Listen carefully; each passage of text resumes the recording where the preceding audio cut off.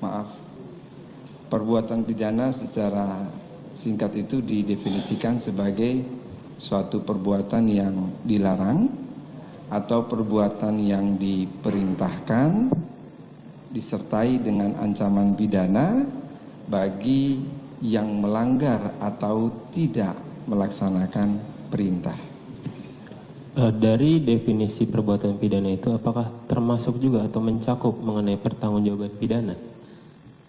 Hukum pidana Indonesia tidak menyatukan antara perbuatan pidana dan pertanggungjawaban pidana.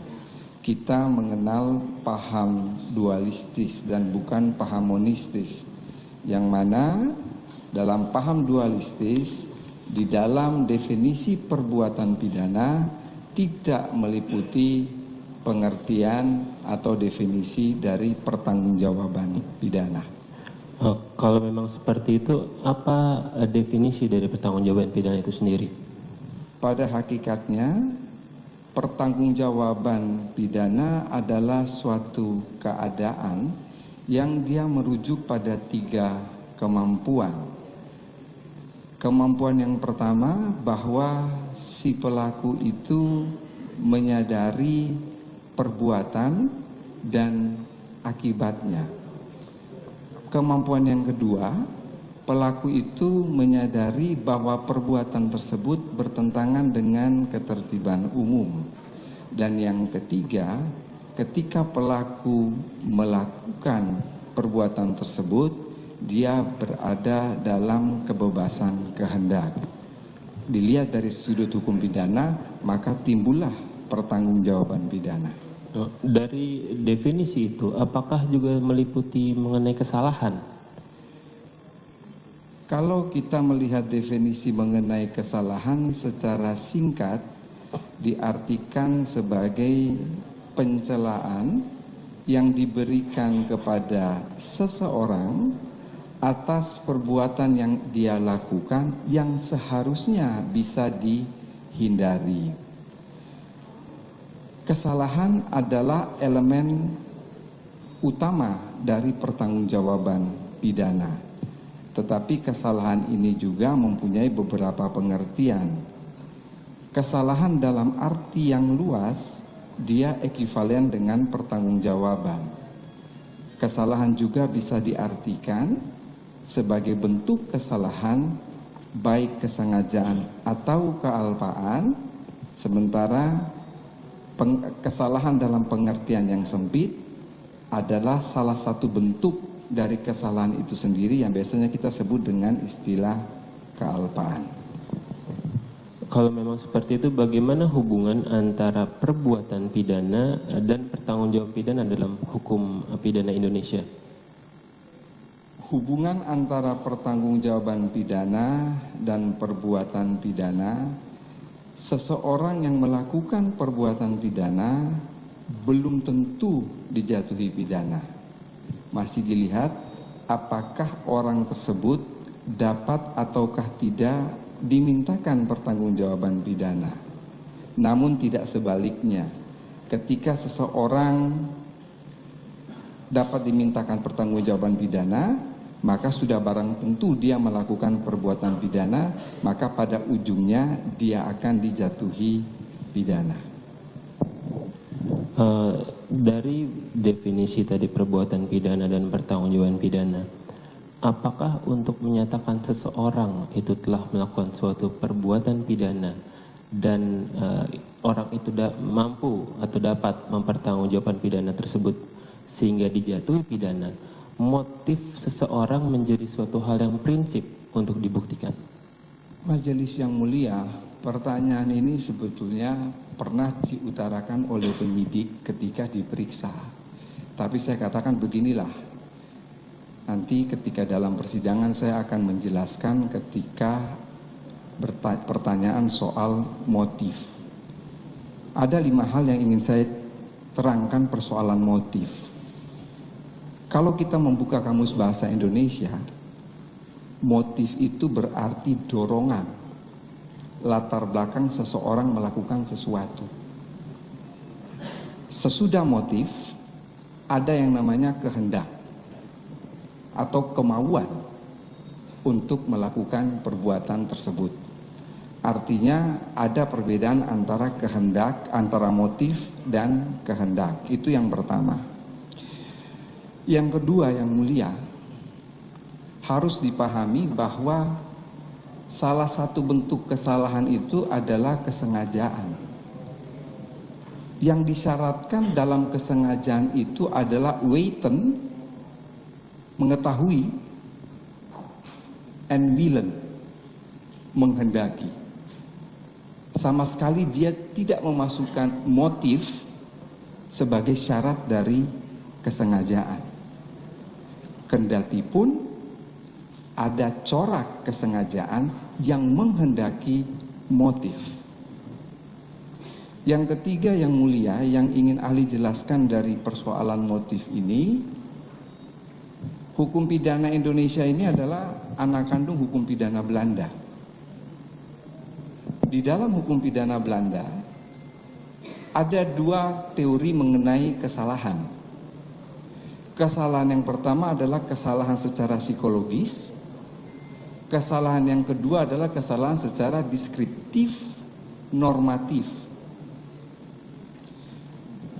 Kesalahan psikologis ini penganutnya diajarkan antara lain oleh Simons, sementara kesalahan deskriptif normatif ini diajarkan oleh Pompe.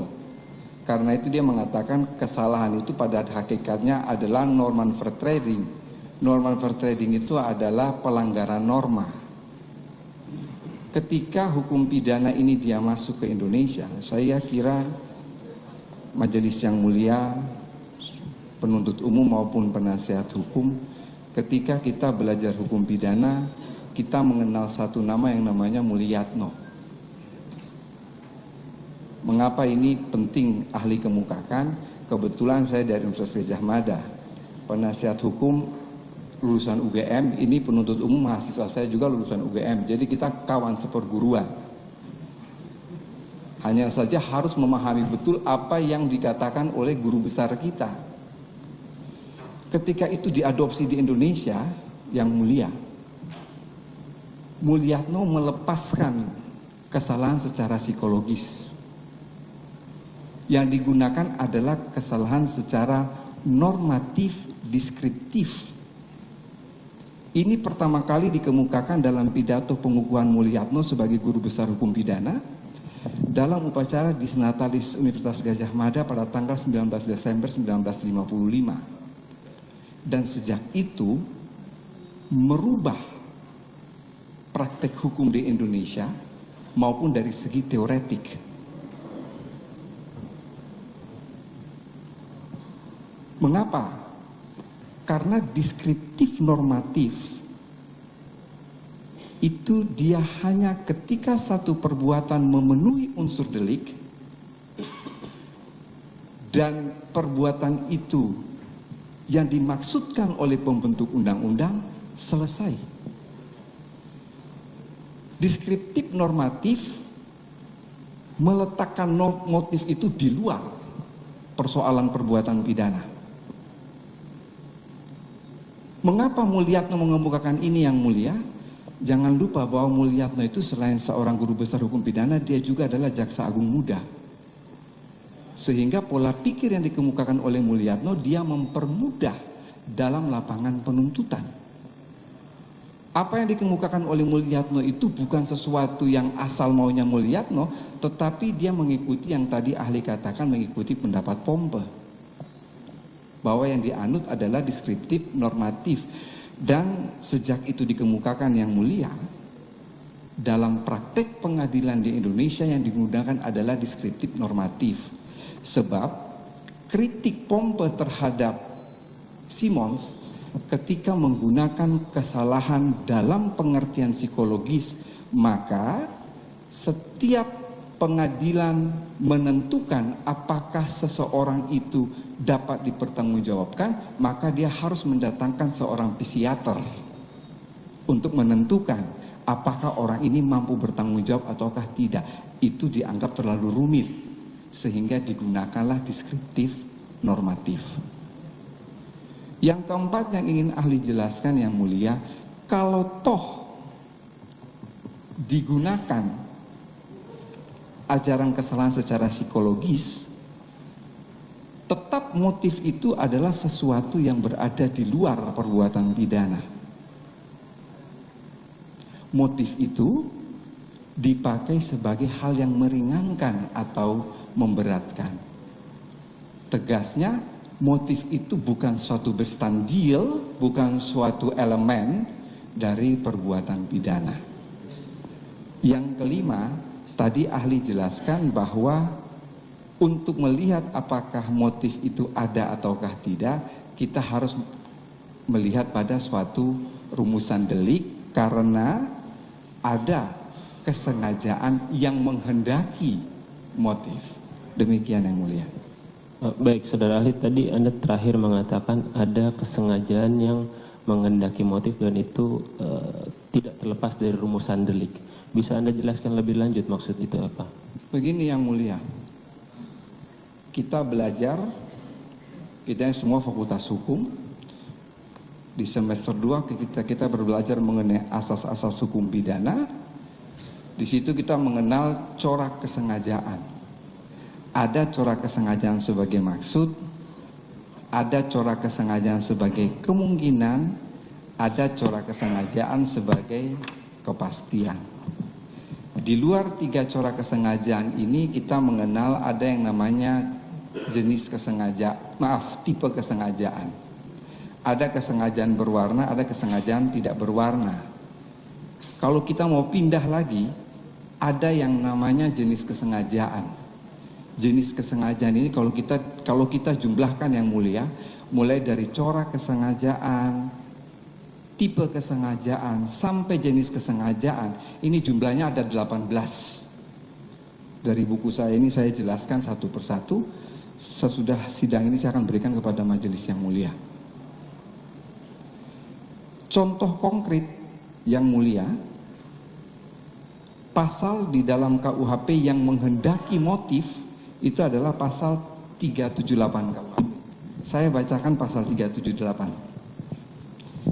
378 ini dia tidak hanya menghendaki motif, dia menghendaki motif, perbuatan, dan akibat. Saya bacakan ketentuan pasal 378. Barang siapa dengan maksud. Kalau rumusan delik itu menggunakan kata-kata dengan maksud yang mulia, maka di situ tidak ada kesengajaan lain selain kesengajaan sebagai maksud. Kesengajaan sebagai maksud itu apa? Kesengajaan sebagai maksud itu membutuhkan motif. Harus ada motif, ada perbuatan, ada akibat. 378 itu menghendaki semuanya. Motifnya apa? Untuk menguntungkan diri sendiri atau orang lain. Caranya apa? Caranya itu adalah secara melawan hukum dengan memakai nama palsu atau martabat palsu, dengan tipu mulsiat atau rangkaian kebohongan. Menggerakkan orang lain. Nah, apa akibat yang dikehendaki? Akibat yang dikehendaki adalah untuk menyerahkan barang sesuatu kepadanya supaya memberikan memberikan utang maupun menghapuskan piutang. Pasal ini dia mengandung motif karena ada kata-kata barang siapa dengan maksud. Jadi sudah tidak ada lagi kesengajaan yang lain selain kesengajaan sebagai maksud. Dalam teori, kesengajaan sebagai maksud ini dikenal dengan istilah dolus directus. Dolus directus antara motif, perbuatan, dan akibat harus betul-betul terwujud. Demikian. Baik, saudara ahli. Kalau memang seperti itu, apakah pasal 338 tentang pembunuhan dan pasal 340 tentang pembunuhan berencana itu menghendaki adanya motif dalam perbuatan yang tadi sudah dijelaskan dan pertanggungjawaban pidananya? Yang mulia, sidang ini selalu disiarkan oleh beberapa stasiun TV. Saya mengikuti dari awal sampai akhir, kalau biasanya memang ini ada siaran langsung dalam sidang ini.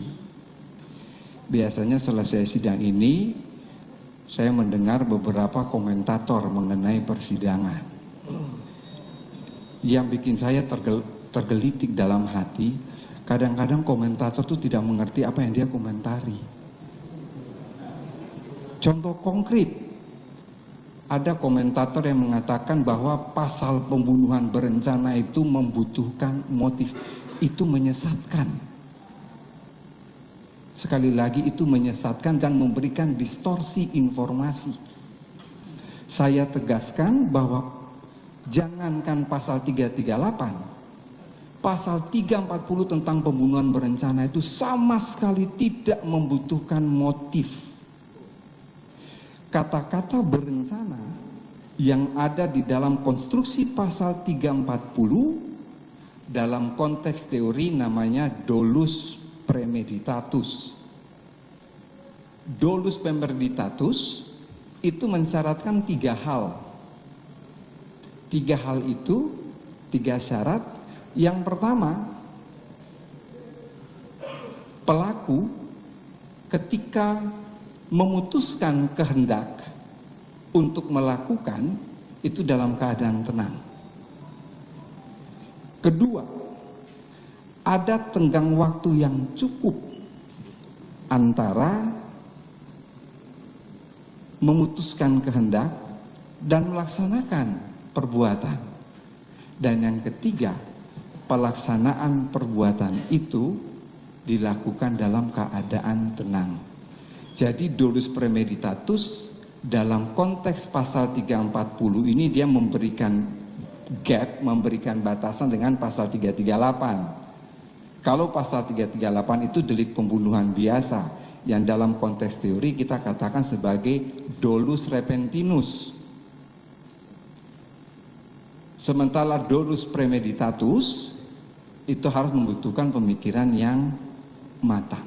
Tetapi saya tegaskan itu dia tidak membutuhkan motif. Demikian. Baik, ketegasan sekali lagi, pembunuhan dan pembunuhan berencana tidak menghendaki motif? Saya kira jawaban saya tegas dan jelas yang mulia. Sehingga mengapa saya sudah memfotokopi buat yang mulia, sejarah pembentukan pasal 340 KUHP di Belanda dalam bukunya Jan Remeling ini dijelaskan secara gamblang bahwa pasal 340 KUHP itu tidak membutuhkan motif. Meletakkan motif itu jauh di luar rumusan delik.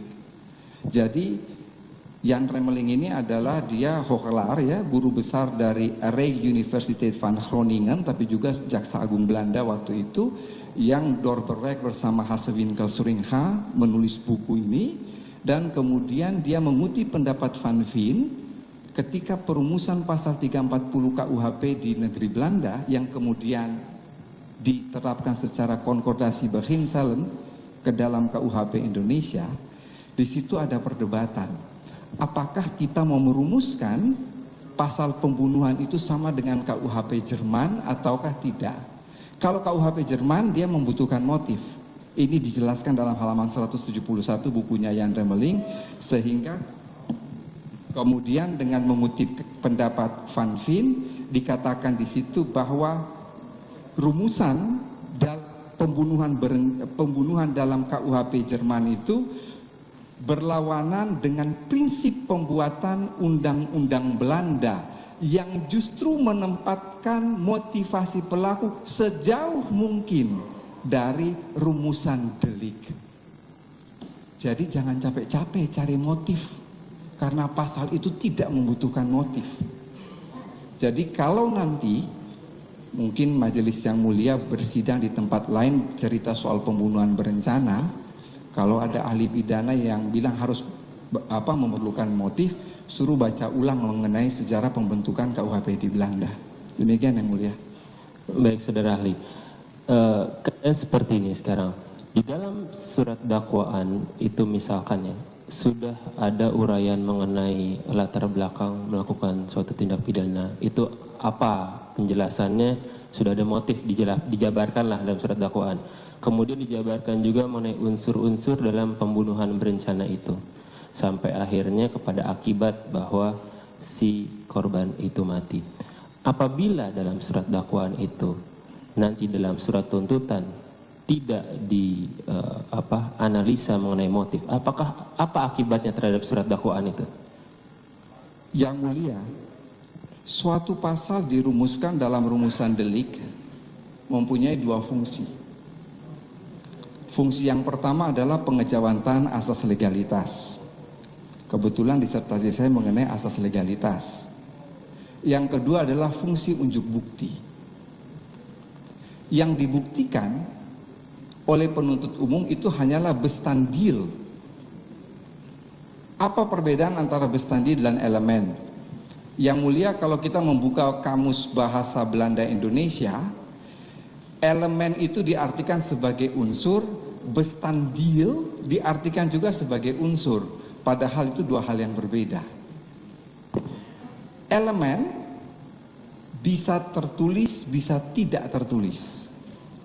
Bestandil itu adalah unsur yang ekspresif, verbis. Ya. Betul.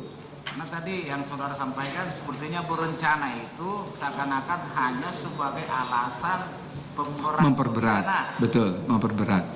Sehingga yang harus dibuktikan bahwa satu, pelaku memutuskan kehendak itu dalam keadaan tenang, ada jangka waktu yang cukup antara pemutusan kehendak dan pelaksanaan kehendak, dan pelaksanaan kehendak itu atau perbuatan itu dalam waktu yang tenang.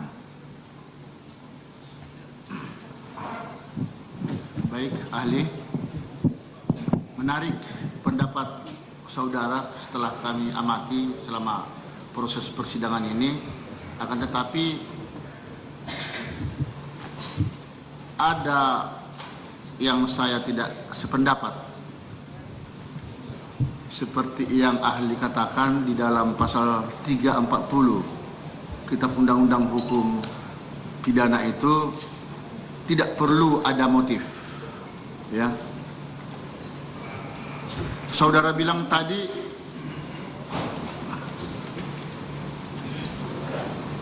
apa mungkin seorang melakukan pembunuhan tanpa rencana? Lalu saudara katakan sangat mungkin. Ya kan? Kata berencana bukan motif. Ini hanya untuk memberatkan. Lalu ada atau tidak ada motif tidak menutup kemungkinan seseorang menggunakan perencanaan yang matang. Bukankah sesuatu perencanaan itu tidak termasuk motif? Itu jawab dulu.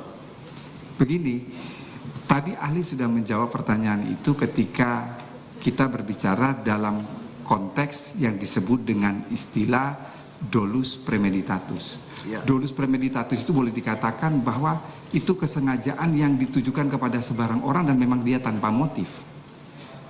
Kata-kata di dalam konteks pasal 340 itu dia hanya mengatakan barang siapa dengan sengaja dan rencana terlebih dahulu. Jadi sengaja itu dia hanya membutuhkan witten and willen, sementara rencana itu yang tadi sudah ahli berkata menerangkan secara berulang-ulang, ada 3 syarat yang harus dipenuhi. Bahwa ada motif ataukah tidak, itu sesuatu hal yang berada di luar rumusan delik itu yang harus dibuktikan, yang mulia. Tapi itu terlalu teori legalistik formal. Prakteknya, mungkinkah saya punya sahabat dengan seseorang tanpa ada sebab, kami tidak pernah bermusuhan, tiba-tiba terjadi baku hantam, bahkan sampai pembunuhan? Kan tidak mungkin. Tanpa ada api tidak mungkin ada asap, begitulah kurang lebih. Ini praktek, ini bukan teori. Apa masih tetap saudara bertahan dengan teori saudara itu? Itu teori yang memang dikenal seperti itu. Tapi dalam prakteknya kan beda. Silahkan dalam praktek demikian, tetapi saya tetap berpegang pada pendapat motif itu tidak diperlukan dalam pasal 340. Karena dengan adanya latar belakang motifnya, mengapa saya bunuh seseorang? Saya sakit hati karena dia punya utang dengan saya nggak dibayar-bayar. Itu yang menyebabkan, dan itu akan mempersempit atau akan lebih membuat hakim itu lebih dekat apa yang menjadi alasan terjadinya tindak pidana itu. Itulah dalam praktek yang kami lakukan. Bagaimana pendapat saudara itu? Saya tetap berpendapat bahwa yang kita anut adalah deskriptif normatif. Ketika perbuatan pembunuhan itu sudah terjadi, maka tidak perlu menyelidiki apa latar belakang dia melakukan pembunuhan. Kalau toh itu mau diselidiki, maka bukan merupakan bagian dari unsur delik, tetapi sebagai yang tadi ahli sudah katakan, sebagai hal yang memperingan atau memperberat hukuman terhadap terdakwa. Demikian yang mulia. Jadi motif-motif tadi bisa menjadi hal-hal yang memberatkan atau ya, meringankan atau memberatkan. Itu menurut saudara ya? Iya. Karena pendapat ahli tidak selalu juga diterima sepenuhnya oleh majelis. Betul, ya? Yang mulia. Tetapi sejauh mana bisa diterima, nah ini luar biasa. Makanya kami apresiasi sebenarnya pendapat saudara tadi bagus semua, ya. Tapi ada hal-hal yang tidak sependapat, itu tadi. Lalu saudara bilang tadi di Indonesia menganut pembuktian terbalik, ya. Itu benar memang menurut pasal 183 KUHP, ya. 2 alat bukti yang sah dan hakim yakin akan perbuatan terdakwa itu, maka disitulah hakim akan menjatuhkan pidana kesalahan daripada terdakwa. Jelaskan dulu sejauh mana sih keyakinan hakim di dalam menjatuhkan kesalahan si terdakwa itu, seperti yang di dalam ketentuan ini diberikan oleh undang-undang, ya, dalam kebebasannya menyatakan terdakwa itu bersalah atau tidak. Ya. Yang mulia, dalam konteks negatif betelek bewis teori di mana hakim menjatuhkan putusan didasarkan pada minimum 2 alat bukti dan keyakinan, ini memang persoalan pembuktian yang tidak mudah. Mengapa tidak mudah? Karena ada unsur objektif dan unsur subjektif. Ketika berbicara mengenai unsur objektif, maka kita masuk pada wilayah minimum bukti. Minimum. Sementara ketika berbicara mengenai keyakinan hakim, itu tidak lain dan tidak bukan adalah hal yang sangat subjektif. Apakah hakim dalam memperoleh keyakinan itu, dia mengambil berdasarkan petunjuk sebagai accessory evidence yang timbul dari kesaksian, dari keterangan terdakwa, ataukah dari surat, itu semua dikembalikan kepada hakim. Oleh karena itu, yang mulia, kalau kita berbicara mengenai 5 alat bukti, tidak pernah dalam berita acara sidang itu ada, kan pasti kalau berita acara sidang ada dakwaan, kemudian pembuktian itu ada keterangan saksi, keterangan ahli, surat, keterangan terdakwa. Tidak pernah ada petunjuk. Tidak pernah kan dalam berita acara bilang petunjuk begini. Karena petunjuk itu sesuatu hal yang sangat personal like dari hakim. Dan itu memang biasanya tidak diungkapkan. Ini sedikit bertanya kepada urusan pembuktian teori. Mana sih lebih kuat pembuktian teori atau pendapat daripada praktek fakta yang sesungguhnya terjadi? Maksudnya yang mulia saya... Ini kan banyak sekali nih alat-alat bukti termasuk ahli, ya, pendapat-pendapatnya. Sementara ada juga alat bukti saksi fakta. Menurut saudara mana yang lebih kuat pembuktiannya itu? Begini, di dalam konteks teori pembuktian, tadi ahli katakan ada yang dikenal dengan istilah probative evidence. Ya. Probative evidence itu fakta-fakta dari suatu peristiwa hukum yang kemudian menjadi perbuatan pidana, ya, sepanjang fakta-fakta itu bersesuaian antara satu dengan yang lain, maka dia mempunyai kekuatan pembuktian yang sama. Jadi kita juga mengenal di dalam teori pembuktian yang namanya corroborating evidence. Corroborating evidence itu adalah bukti yang satu memperkuat bukti yang lain, atau fakta memperkuat bukti yang satu, atau bukti yang satu memperkuat fakta yang ada. Artinya apa? Antara satu dengan yang lain itu ada suatu kesesuaian. Jadi, maaf, antara fakta jika bersesuaian dengan pendapat-pendapat ahli atau teori tadi itu akan sama-sama kekuatan pembuktiannya, begitu? Betul, Yang Mulia. Demikian ya. Baik. Kalau begitu menurut ahli mana lebih dahulu timbul praktek daripada teori? Kalau itu kita berbicara itu sama pertanyaan dengan ayam atau telur yang lebih dulu. Jadi kalau kita bicara soal teori, jadi kalau kita teori itu digambar seperti limas, di bawah itu ada fenomena-fenomena. Fakta-fakta itu kemudian ada klasifikasi terhadap fakta-fakta. Lalu ada definisi, lalu kemudian ada hipotesa, ada hukum, baru yang paling atas itu adalah teori. Nanti dia kembali lagi seperti itu. Ya, Nah, tapi biasanya, ini menurut saya nih, dari praktek itulah dulu muncul, ya terbukti, terjadi, itu akhirnya yang dianalisis, akhirnya muncul berbagai teori atau pendapat atau undang-undang. Bagaimana pendapat saudara itu? Tetapi sebaliknya juga, Sebaliknya. kalau di dalam konteks Anglo-Saxon system, dia membangun hukum itu case by case. Jadi dari kasus-kasus, kemudian dia menarik ke yang umum. Tetapi kalau di kita dalam Eropa kontinental tidak. Dalam Eropa kontinental itu ada hukum positif, kemudian hakim mengkonkretkan atau mengkonstatasi hukum positif itu ke dalam satu peristiwa konkret yang bersifat khusus. Kalau kita dalam Eropa kontinental sistem, dia berbicara bukan persoalan fakta-fakta dulu lalu kemudian ditarik menjadi suatu teori, tetapi sebaliknya. Jadi dia berpikir dari hal yang bersifat umum itu, dia konstatasi kepada hal yang khusus. Baik, itu hanya untuk menambah wawasan ya. Baik, sekarang ada tadi sudah disinggung Ketua Majelis, tadi sebenarnya sudah dipertanyakan, namun ini mau memperdalam terkait CCTV.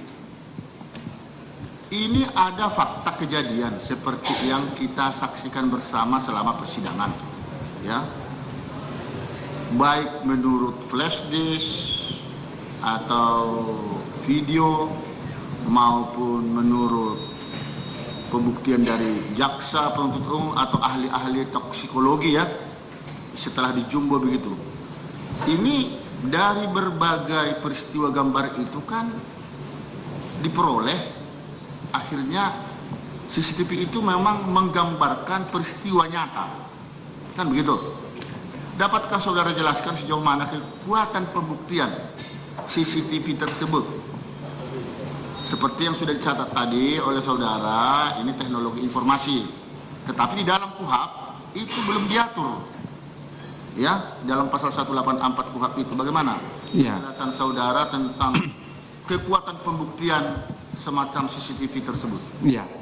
Jadi ada dua hal yang ingin ahli katakan, Yang Mulia. Yang pertama adalah tadi sebetulnya sudah ditanyakan oleh penuntut umum bahwa memang di dalam KUHP kita tidak mengatur mengenai alat bukti elektronik. Tetapi jika kita merujuk kepada Undang-Undang Informasi dan Transaksi Elektronik, keberadaan dokumen elektronik termasuk di dalamnya adalah rekaman CCTV dan lain sebagainya, dia masuk dalam konteks bukti elektronik. Itu yang pertama. Yang kedua, ketika bertanya mengenai bagaimana kekuatan pembuktiannya, selama CCTV itu tidak direkayasa, menampilkan apa adanya, maka boleh dikatakan dia memiliki kekuatan pembuktian yang penuh, yang tadi ahli katakan sebagai suatu probatio plena atau bukti kuat yang tidak terbantahkan. Demikian Yang Mulia. Baik. Ini kembali kepada pasal 184 ayat 1 KUHP yang ada 5 alat bukti. Ya, keterangan saksi, keterangan ahli, surat petunjuk, keterangan terdakwa. Jika salah satu alat bukti seperti katakan keterangan terdakwa atau salah satu yang lainnya, ya, itu tidak mengakui perbuatan-perbuatan yang sebagaimana disampaikan oleh alat-alat bukti atau keterangan saksi lain, ya, sejauh mana kekuatan pembuktian penolakan terdakwa atas perbuatan tersebut? Ya. Apakah ini masih nyambung nih? Apakah setelah dikaitkan dengan petunjuk dan alat bukti lain tadi, ini 1:4. Bagaimana sikap hakim di dalam mengambil keputusan seperti itu? Ya, yang mulia, ini ada dua hal yang ingin ahli jawab. Yang pertama, jangan lupa bahwa terdakwa itu punya hak ingkar. Terdakwa punya hak ingkar. Dia boleh mengingkari apapun yang dituduhkan, yang didakwakan kepadanya. Itu hak terdakwa, harus diakui. Dia punya hak ingkar dalam rangka menjamin objektivitas peradilan. Persoalannya sekarang adalah apa yang dia ingkari itu terbukti ataukah tidak. Pertanyaan yang kedua, kalau sekarang ada alat bukti saksi, ada alat bukti ahli, alat bukti surat, ditambah dengan petunjuk yang timbul dari surat atau timbul dari keterangan saksi, kemudian ini terdakwa mengingkari sepenuhnya, ini kita masuk pada konteks teori pembuktian yang namanya preponderance of the evidence. Preponderance of the evidence ini adalah bobot bukti. Ketika hakim akan menjatuhkan pidana, maka hakim meyakini bobot bukti yang memberatkan terdakwa ini jauh lebih banyak dibandingkan dengan hal yang meringankan. Sebaliknya, ketika hakim akan membebaskan atau melepaskan terdakwa dari segala tuntutan hukum, maka preponderance of the evidence, bobot bukti dari penasihat hukum ini atau yang disampaikan di pengadilan, dia lebih berat bila dibandingkan dengan bobot bukti yang memberatkan terdakwa. Jadi persoalan bobot bukti ini seperti yang tadi ahli katakan, ketika masuk pada bewijskracht atau kekuatan pembuktian, seluruhnya itu adalah depend on judge. Semuanya tergantung kepada hakim. Tetapi bisa dilihat bahwa kalau yang lebih banyak itu mestinya yang kemudian mendasari putusan pengadilan. Demikian yang mulia. Baik. Terkait dengan hak ingkar terdakwa tadi, apa ada kaitannya ya dengan menurut hukum acara pidana, terdakwa itu biasanya memang tidak disumpah. Yang disumpah itu adalah saksi atau ahli. Di sana menurut kami agar terdakwa itu bebas memberikan berbagai pendapat atau jawaban. Mau bohong juga boleh, mau mengakui, mau jujur juga boleh. Bagaimana pendapat saudara? Ya, memang demikian. Karena terdakwa mempunyai hak ingkar, ya, maka dia tidak boleh disumpah. Kalau dia disumpah kemudian terbukti bohong, maka dia kena sumpah palsu, juga kena perbuatan yang didakwakan oleh penuntut umum. Sehingga memang konsekuensinya terdakwa itu tidak boleh disumpah. Nah, kalau memang menurut yakin apa yang dia bantah ingkar tadi ya tidak sesuai seperti yang sudah saudara jelaskan tadi, penolakan itu tidak punya argumentasi, tidak mendapat dukungan dari berbagai alat bukti lain, itu bisakah hakim akhirnya menjadikan itu penilaian atau pertimbangan menjadi hal-hal yang memberatkan? Ya, biasanya seperti itu. Jadi dianggap terdakwa tidak berbelit-belit dan sebagainya, dianggap sebagai hal yang memberatkan.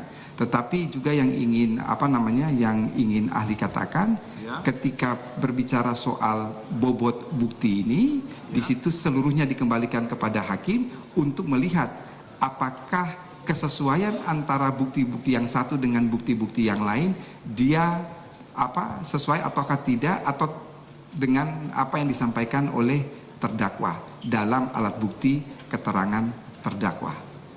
Demikian yang mulia. Ya. Nah, sekarang mengenai, karena di dalam BAP dan kita baca disinggung mengenai pasal 340 ya KUHP, ini ingin kita perdalam kembali.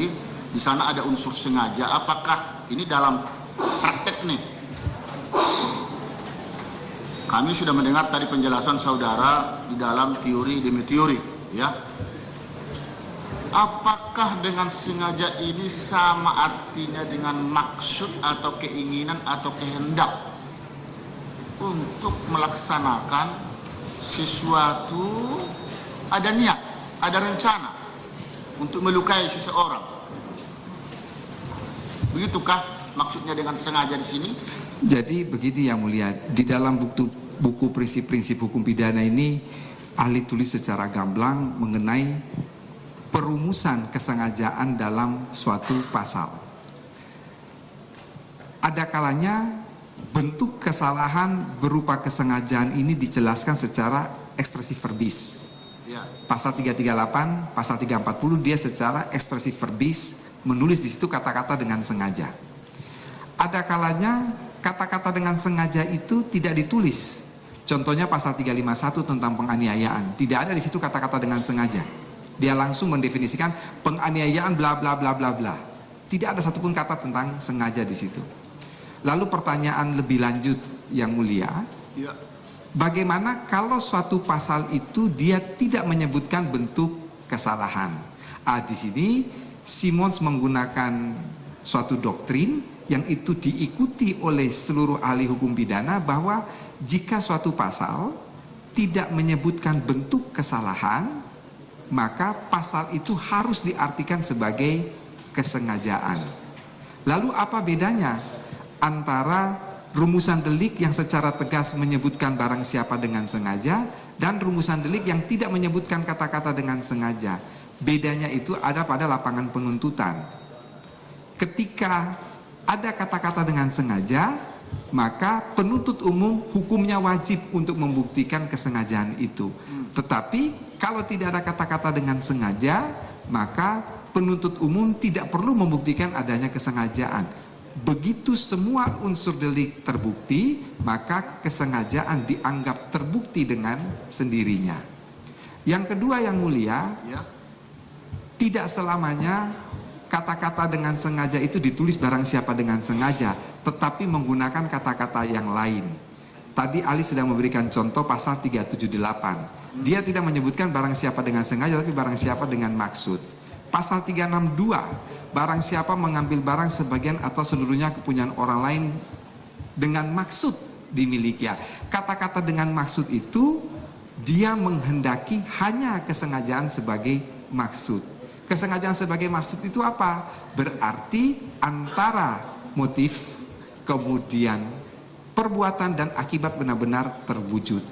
Konteks pasal 340 yang hanya menyebutkan kata-kata dengan sengaja, itu dia sebetulnya hanya mensyaratkan weten and willen, mengetahui dan menghendaki. Tadi pertanyaan yang mulia di sebelah kanan ketua majelis sudah bertanya persoalan niat. Niat itu sebetulnya ada dalam kata-kata dengan sengaja, bukan dalam kata-kata berencana. Demikian yang mulia. Dengan sengaja tadi termasuk niat itu, apakah itu sudah termasuk di dalamnya ada satu perencanaan? Tidak. Karena dalam pasal 340 dikatakan barang siapa dengan sengaja dan berencana dan rencana terlebih dahulu. Jadi rencana itu tadi untuk menjelaskan tiga hal itu tadi. Baik, saudara bilang tadi perencanaan itu jangka waktunya masih ada. Betul. Tidak pada seketika itu. Iya. Sejauh mana tenggang waktu perencanaan itu? Antara tengah waktu dengan apa yang mulia? Ya, melakukan sesuatu tindak pidana. Itu tidak ada satu ukuran yang pasti, tetapi yang penting bahwa antara pemutusan kehendak dan kemudian pelaksanaan kehendak itu ada jangka waktu yang bisa dipikirkan secara matang dalam pengertian bisa menghentikan perbuatan tersebut. Coba jelaskan dulu bagaimana tahapan namanya berencana ya. Pasti ada berbagai persiapan. Ulang sekali lagi. Berencana itu menuju pada 3 syarat. Syarat yang pertama, ada pemutusan kehendak dari pelaku secara tenang. Jadi dia memutuskan kehendak itu secara tenang, tidak tiba-tiba muncul begitu. Ya. Kemudian yang kedua, antara pemutusan kehendak dan pelaksanaan kehendak atau perbuatan ada jangka waktu yang cukup untuk dia memikirkan apakah ini kehendak mau diteruskan sebagai perbuatan ataukah tidak. Kemudian yang ketiga, perbuatan itu dilakukan atau pelaksanaan kehendak itu juga dilakukan dalam keadaan tenang. Baik. Apakah dalam perencanaan seperti tahapan tadi itu dapat dikualifikasi ada satu sistemik di sini atau terpola atau terencana? Kalau kita kembali kepada 3 syarat itu, 3 syarat itu bersifat mutlak. Karena 3 syarat itu bersifat mutlak, berarti dia bersifat terstruktur antara dengan tahap-tahap yang tadi ahli katakan. Boleh saudara contohkan tahapan terstruktur tadi? Misalnya ketika saya berniat untuk membunuh seseorang dengan sebilah pisau, saya membeli pisau, saya memutuskan saya mau membunuh si A nih dengan sebilah pisau, maka saya sudah memutuskan kehendak itu. Lalu kemudian saya membeli pisau, saya mengasahnya, saya berjalan di rumah ke rumah si A itu, kemudian mendapatkan si A, lalu saya menghujam dia dengan tusukan pisau tersebut. Ini termasuk dalam konteks berencana, karena dia memutuskan kehendak itu dalam keadaan tenang. Kemudian yang kedua, ada jangka waktu yang bisa untuk dia menghentikan perbuatan itu. Dan yang ketiga, dia melakukan itu juga pun dalam keadaan tenang. Demikian yang mulia. Gitu ya. Ya ini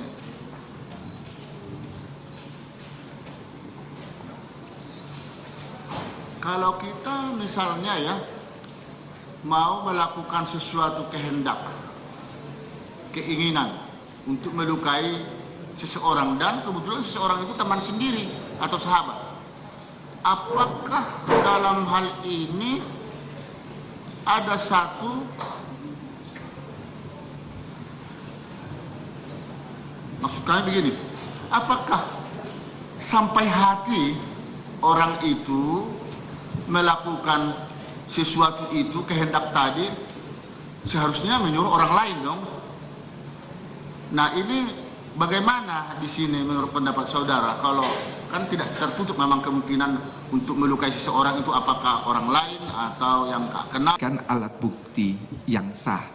Sebetulnya ketika kita berbicara mengenai rekaman CCTV, kita berbicara mengenai persoalan telekonferensi, ini kan adalah kemajuan elektronik, kemajuan teknologi yang sebetulnya dia lebih mengarah kepada mempermudah suatu proses hukum yang tadinya rumit itu lalu menjadi terbuka dan jelas.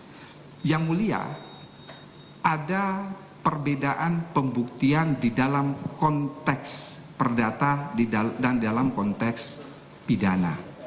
Kalau di dalam konteks perdata yang mulia, orang yang melakukan transaksi jual beli, orang yang melakukan hubungan hukum keperdataan, para pihak sedapat mungkin berusaha untuk mengadakan barang bukti, untuk mengadakan bukti. Maksudnya apa? Supaya jika terjadi dispute, terjadi sengketa di kemudian hari, masing-masing pihak datang membawa bukti untuk saling memperkuat. Ini berbeda dalam perkara pidana. Pelaku kejahatan itu semaksimal mungkin akan berusaha menghilangkan bukti. Oleh karena itu, dengan adanya kemajuan teknologi sebetulnya mencoba membuka kunci yang gelap dalam persoalan pembuktian itu menjadi sesuatu hal yang sebetulnya mempermudah pembuktian apabila itu memang sudah terlihat secara jelas, terang dan nyata. Kembali kepada persoalan telekonferensi, saya termasuk ahli yang berpendapat bahwa kesaksian melalui telekonferensi itu adalah sah. Mengapa sah? Kita melihat filosofis. Mengapa saksi itu harus memberikan keterangan di depan sidang pengadilan? Supaya hakim, penuntut umum, penasihat hukum bisa melakukan check and recheck. Pertanyaan selanjutnya, apakah melalui telekonferensi itu hakim, penuntut umum, penasihat hukum dapat melakukan check and recheck? Ketika itu dijawab ya, maka itu dia sah sebagai bukti. Kembali kepada persoalan CCTV, secara tegas memang tidak diatur. Tetapi kemudian tadi ahli katakan bisa dimasukkan ke dalam persoalan petunjuk. Mengapa demikian? Karena ranah pembuktian ini kan sebetulnya adalah sesuatu yang gelap di dalam konteks pembuktian pidana. Lalu ini harus membuat menjadi terang. Sehingga hal-hal yang bersifat rumit itu kemudian dicoba atau mencoba untuk mencari bagaimana untuk mengungkapkan kasus itu, ya tentunya dengan memanfaatkan kemajuan teknologi itu. Demikian yang mulia. Terima kasih ahli. Ketika saudara ingin membuat penafsiran tentang CCTV itu menjadi petunjuk, saya melihat saudara telah melunturkan suatu prinsip hukum yang saudara teguhkan tadi sebelum kita istirahat. Saudara justru mengatakan sebenarnya hukum acara itu nggak bisa dilenturkan. Bahkan ketika kita tanya tadi bahwa apakah illegal evidence itu bisa diabaikan atau tidak, Anda mengatakan KUHP sendiri tidak mengatur. Terkesan buat saya sebenarnya nggak bisa diabaikan. Tapi kali ini saudara melunturkannya. Melunturkan pasal bahwa meskipun itu tidak diatur, tapi demi bla bla bla, saudara katakan bisa ditafsirkan kepada petunjuk. Kelihatannya Anda tidak konsisten di sini. Bukan tidak konsisten. Saya kira penasihat hukum keliru menafsirkan persoalan unlawful legal evidence. Unlawful legal evidence, perolehan barang bukti dengan jalan yang tidak sah itu tidak diatur oleh KUHP. Yang sejak awal ketika berbicara mengenai bewijsvoering, cara menemukan, mengumpulkan dan menyampaikan bukti di pengadilan itu harus sesuai dengan aturan. Apa konsekuensinya? Kalau itu tidak dilakukan, maka alat bukti itu harus di-ignore.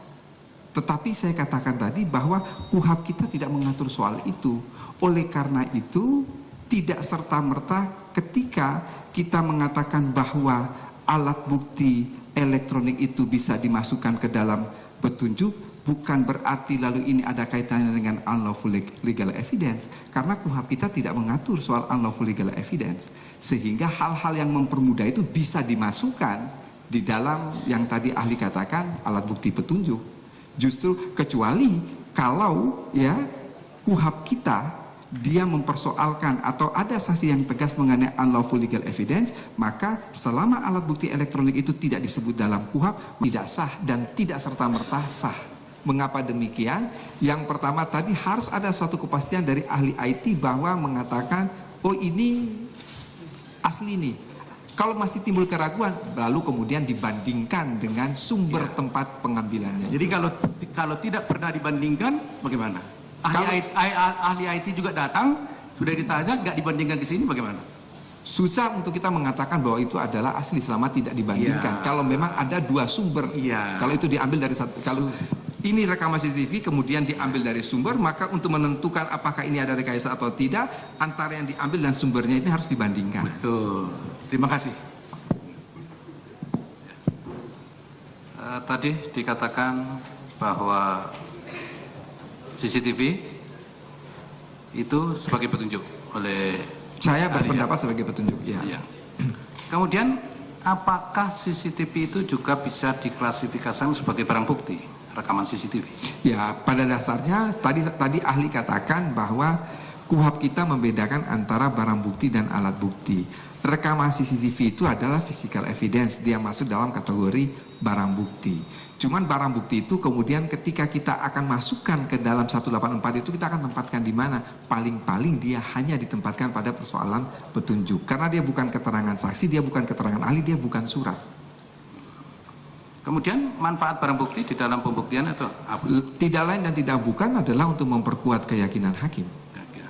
Sedangkan pengetahuan hakim tadi, bagaimana kedudukannya di dalam pembuktian? Sama halnya, tadi ahli katakan bahwa sebetulnya petunjuk itu menurut bahasa aslinya dia bukan petunjuk tetapi merupakan pengetahuan hakim. Sesuatu yang inheran melekat pada hakim yang mulia.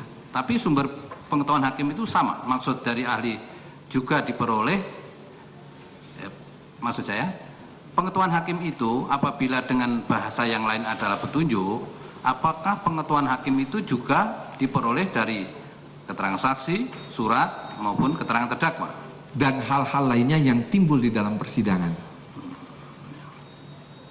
Cukup ya? Ya. Izin yang mulia, ada tambahan terkait dengan CCTV. Saudara ahli, ada ilustrasi seperti ini bahwa ada satu CCTV, rekaman CCTV, DVR. DVR itu ada di satu kafe. Setelah itu pegawai CCTV-nya itu yang memindahkan data-data DVR itu yang tadi 1 hari sampai 30 hari itu dipindahkan khusus untuk tanggal terjadinya tindak pidana. Hanya itu saja dipindahkan menggunakan flash disk. Setelah itu flash disk tersebut disita oleh penyidik. Setelah disita oleh penyidik, Penyidik lalu meminta kepada ahli digital forensik untuk memverifikasi apakah data yang ada di flash disk itu identik atau tidak, sah atau tidak, apakah ada penyisipan atau pemotongan gambar. Setelah itu dilakukan penyitaan juga terhadap DVR. Kemudian, namun saksi yang memindahkan dari DVR ke flash disk itu menyatakan DVR itu ada batas waktunya, 2 minggu itu terhapus semuanya. Data-data itu dihapus setelah 2 minggu atau sebulan. Jadi data yang tadi sudah diambil dalam flash disk itu dalam DVR sudah kosong karena memang mekanismenya seperti itu. Tapi tetap dilakukan penyitaan. Setelah itu dilakukanlah verifikasi oleh ahli dari flash disk tersebut. Flash disk tersebut dinyatakan bahwa itu tidak ada penyisipan, tidak ada pemotongan sama sekali, itu otentik. Dari sudut pandang itu, bagaimana kekuatan pembuktian dari DVR flash disk tersebut? Jadi begini ya, pengambilan melalui flash disk atau CD atau apapun, ini dia kan adalah physical evidence. Physical evidence untuk memeriksa autentisasi itu, kita membutuhkan keterangan ahli untuk menyatakan apakah itu asli ataukah tidak, apakah ada penyisipan ataukah tidak. Kalau itu sudah dilalui berarti sudah selesai, maka dia bisa dikatakan sah. Tetapi kemudian untuk menilai kalau pernyataan ahli itu sudah bisa memastikan bahwa ini tidak ada penyisipan, itu tidak menjadi soal. Tetapi kalau ada keraguan, mestinya kemudian kan ada yang dijadikan sebagai suatu pembanding. Nah, sekarang keadaannya dalam ilustrasi itu bahwa tidak ada lagi pembanding karena memang mekanismenya sudah terhapus secara otomatis di VR tersebut. Kondisinya seperti apa dengan adanya flash disk itu, dan juga flash disk tersebut sudah dilakukan print out dan sudah menjadi hasil analisa ahli dalam bentuk surat. Itu dalam sudut hukum acara pidana bisa dimasukkan sebagai alat bukti apa? Kalau data elektronik itu kemudian di print seperti data komputer, dia masuk dalam alat bukti surat.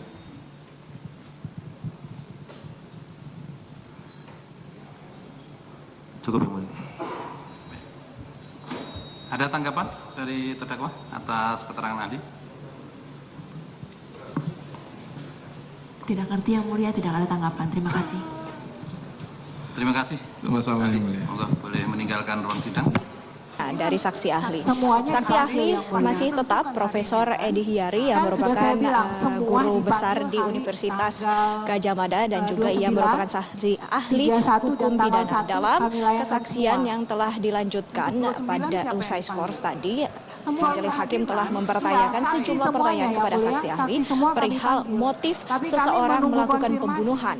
Dalam keterangannya, saksi ahli tetap berpendirian pada pendapatnya yang menyatakan bahwa sesuai dengan pasal 340 tindak pidana KUHP menyatakan bahwa seseorang bisa melakukan tindak pidana tanpa dibutuhkan ataupun tanpa adanya motif tertentu.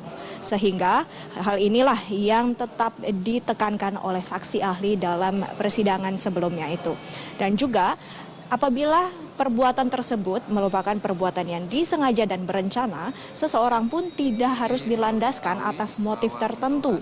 Ini pula juga merupakan salah satu yang telah diberikan keterangannya kepada dari saksi ahli kepada Profesor Edi Hiari terkait bukti validitas CCTV. Apakah CCTV tersebut bisa dijadikan barang bukti? Karena CCTV merupakan alat bukti yang merupakan elektronik dan tidak termasuk dalam KUHP dan tidak ada aturannya dalam undang-undang. Sementara menurut saksi ahli, CCTV bisa saja dijadikan sebagai barang bukti apabila CCTV tidak direkayasa. Dan hal ini bisa dijadikan sebagai petunjuk yang dikategorikan sebagai barang bukti untuk memperkuat keyakinan dari hakim. Nantinya keyakinan hakim tersebut adalah dasar dari hakim untuk menentukan bersalah atau tidaknya terdakwa, tergantung dari alat bukti yang sudah dikumpulkan. Dan hal tersebut juga disampaikan kembali oleh Profesor Edi Hiari saat ditanya kembali oleh Jaksa Penuntut Umum terkait bagaimana sebenarnya dasar-dasar pengetahuannya apabila CCTV tersebut yang tidak ada dalam undang-undang lantas dipertontonkan. Kasus kopi bersianida yang menyeret Jessica Kumala Wongso ke persidangan menginspirasi seorang pria untuk membuat kopi dengan merek Jessica. Kopi yang dijual melalui media sosial ini banyak diminati pembeli, namun juga menuai protes dari keluarga Jessica.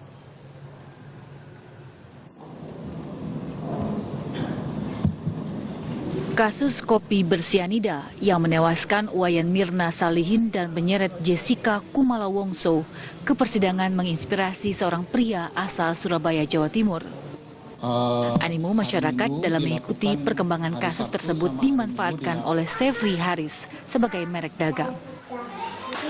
Warga Kedinding Lor ini membuat kopi bungkus dengan merek Jessica. Tak hanya nama, dalam bungkus kopi juga tercetak foto Jessica Kumala Wongso serta keterangan tanpa sianida. Haris mengakui bahwa pembuatan kopi tersebut memang terinspirasi dari kasus Jessica. Ya, pertama terinspirasi dari kasus Jessica yang unik, belum juga selesai gitu. Terus juga selain itu kebutuhan pribadi, finansial, dibuat tambahan pemasukan. Kopi Jessica dijual seharga Rp15.000 per bungkus dan dipasarkan melalui media sosial. Siapa sangka, kopi Jessica ternyata banyak diminati pecinta kopi. Pembelinya tak hanya dari Surabaya, tapi juga dari kota lain seperti Solo hingga Jakarta. Namun penggunaan nama dan foto Jessica memicu protes dari keluarga Jessica. Pengacara hukum Jessica bahkan menyiapkan langkah hukum atas tindakan Haris. Menanggapi hal tersebut, Haris mengaku tidak bermaksud menjatuhkan nama Jessica. Kini, bapak dua anak ini tak lagi meneruskan penjualan kopi Jessica karena khawatir membawa konsekuensi buruk terhadap diri dan keluarganya. Dari Surabaya, Jawa Timur, Sandi Irwanto, TV One mengabarkan. Ada teroris di Senayan, apa yang kemudian dilakukan dan untuk tujuan apa saja ia berada di sana? Dialog selengkapnya akan kami hadirkan sesaat. Toh digunakan ajaran kesalahan secara psikologis, tetap motif itu adalah sesuatu yang berada di luar perbuatan pidana. Motif itu dipakai sebagai hal yang meringankan atau memberatkan. Tegasnya, motif itu bukan suatu bestandil, bukan suatu elemen dari perbuatan pidana. Yang kelima, tadi ahli jelaskan bahwa untuk melihat apakah motif itu ada ataukah tidak, kita harus melihat pada suatu rumusan delik karena ada kesengajaan yang menghendaki motif. Demikian yang mulia. Baik, saudara ahli, tadi Anda terakhir mengatakan ada kesengajaan yang menghendaki motif dan itu tidak terlepas dari rumusan delik. Bisa Anda jelaskan lebih lanjut maksud itu apa? Begini yang mulia, kita belajar, kita semua fakultas hukum, di semester 2 kita belajar mengenai asas-asas hukum pidana. Di situ kita mengenal corak kesengajaan. Ada corak kesengajaan sebagai maksud, ada corak kesengajaan sebagai kemungkinan, ada corak kesengajaan sebagai kepastian. Di luar 3 corak kesengajaan ini kita mengenal ada yang namanya jenis tipe kesengajaan. Ada kesengajaan berwarna, ada kesengajaan tidak berwarna. Kalau kita mau pindah lagi, ada yang namanya jenis kesengajaan. Jenis kesengajaan ini kalau kita jumlahkan yang mulia, mulai dari corak kesengajaan, tipe kesengajaan, sampai jenis kesengajaan, ini jumlahnya ada 18. Dari buku saya ini saya jelaskan satu persatu. Sesudah sidang ini saya akan berikan kepada majelis yang mulia. Contoh konkret yang mulia, pasal di dalam KUHP yang menghendaki motif itu adalah pasal 378 KUHP. Saya bacakan pasal 378. 378 ini dia tidak hanya menghendaki motif. Dia menghendaki motif, perbuatan, dan akibat. Saya bacakan ketentuan pasal 378. Barang siapa dengan maksud. Kalau rumusan delik itu menggunakan kata-kata dengan maksud yang mulia, maka di situ tidak ada kesengajaan lain selain kesengajaan sebagai maksud. Kesengajaan sebagai maksud itu apa? Kesengajaan sebagai maksud itu membutuhkan motif. Harus ada motif, ada perbuatan, ada akibat. 378 itu menghendaki semuanya. Motifnya apa? Untuk menguntungkan diri sendiri atau orang lain. Caranya apa? Caranya itu adalah secara melawan hukum dengan memakai nama palsu atau martabat palsu, dengan tipu muslihat atau rangkaian kebohongan, menggerakkan orang lain. Nah, apa akibat yang dikehendaki? Akibat yang dikehendaki adalah untuk menyerahkan barang sesuatu kepadanya supaya memberikan memberikan utang maupun menghapuskan piutang. Pasal ini dia mengandung motif karena ada kata-kata barang siapa dengan maksud. Jadi sudah tidak ada lagi kesengajaan yang lain selain kesengajaan sebagai maksud. Dalam teori, kesengajaan sebagai maksud ini dikenal dengan istilah dolus directus. Dolus directus antara motif, perbuatan, dan akibat harus betul-betul terwujud. Demikian. Baik, saudara ahli. Kalau memang seperti itu, apakah pasal 338 tentang pembunuhan dan pasal 340 tentang pembunuhan berencana itu menghendaki adanya motif dalam perbuatan yang tadi sudah dijelaskan dan pertanggungjawaban pidananya? Yang mulia, sidang ini selalu disiarkan oleh beberapa stasiun TV. Saya mengikuti dari awal sampai akhir. Kalau biasanya memang ini ada siaran langsung dalam sidang ini. Biasanya selesai sidang ini, saya mendengar beberapa komentator mengenai persidangan. Yang bikin saya tergelitik dalam hati, kadang-kadang komentator itu tidak mengerti apa yang dia komentari.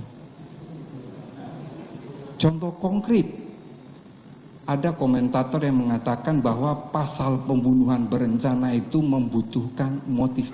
Itu menyesatkan. Sekali lagi itu menyesatkan dan memberikan distorsi informasi. Saya tegaskan bahwa jangankan pasal 338, pasal 340 tentang pembunuhan berencana itu sama sekali tidak membutuhkan motif. Kata-kata berencana yang ada di dalam konstruksi pasal 340 dalam konteks teori namanya dolus premeditatus. Dolus premeditatus itu mensyaratkan 3 hal. 3 hal itu, 3 syarat. Yang pertama, pelaku ketika memutuskan kehendak untuk melakukan itu dalam keadaan tenang. Kedua, ada tenggang waktu yang cukup antara memutuskan kehendak dan melaksanakan perbuatan. Dan yang ketiga, pelaksanaan perbuatan itu dilakukan dalam keadaan tenang. Jadi dolus premeditatus dalam konteks pasal 340 ini dia memberikan gap, memberikan batasan dengan pasal 338. Kalau pasal 338 itu delik pembunuhan biasa yang dalam konteks teori kita katakan sebagai dolus repentinus. Sementara dolus premeditatus itu harus membutuhkan pemikiran yang matang. Tetapi saya tegaskan itu dia tidak membutuhkan motif. Demikian. Baik, ketegasan sekali lagi, pembunuhan dan pembunuhan berencana tidak menghendaki motif? Saya kira jawaban saya tegas dan jelas yang mulia. Sehingga saya mengapa saya sudah memfotokopi buat Yang Mulia. Sejarah pembentukan pasal 340 KUHP di Belanda dalam bukunya Jan Remeling ini dijelaskan secara gamblang bahwa pasal 340 KUHP itu tidak membutuhkan motif. Meletakkan motif itu jauh di luar rumusan delik. Jadi Jan Remeling ini adalah dia hoogleraar ya, guru besar dari Rijksuniversiteit van Groningen, tapi juga Jaksa Agung Belanda waktu itu, yang doorberwerk bersama Hassewinkel Suringha menulis buku ini, dan kemudian dia mengutip pendapat Van Veen ketika perumusan pasal 340 KUHP di negeri Belanda yang kemudian diterapkan secara konkordasi beginselen ke dalam KUHP Indonesia. Di situ ada perdebatan, apakah kita mau merumuskan pasal pembunuhan itu sama dengan KUHP Jerman ataukah tidak? Kalau KUHP Jerman dia membutuhkan motif. Ini dijelaskan dalam halaman 171 bukunya Jan Remeling, sehingga kemudian dengan mengutip pendapat Van Veen dikatakan di situ bahwa rumusan pembunuhan dalam KUHP Jerman itu berlawanan dengan prinsip pembuatan undang-undang Belanda yang justru menempatkan motivasi pelaku sejauh mungkin dari rumusan delik.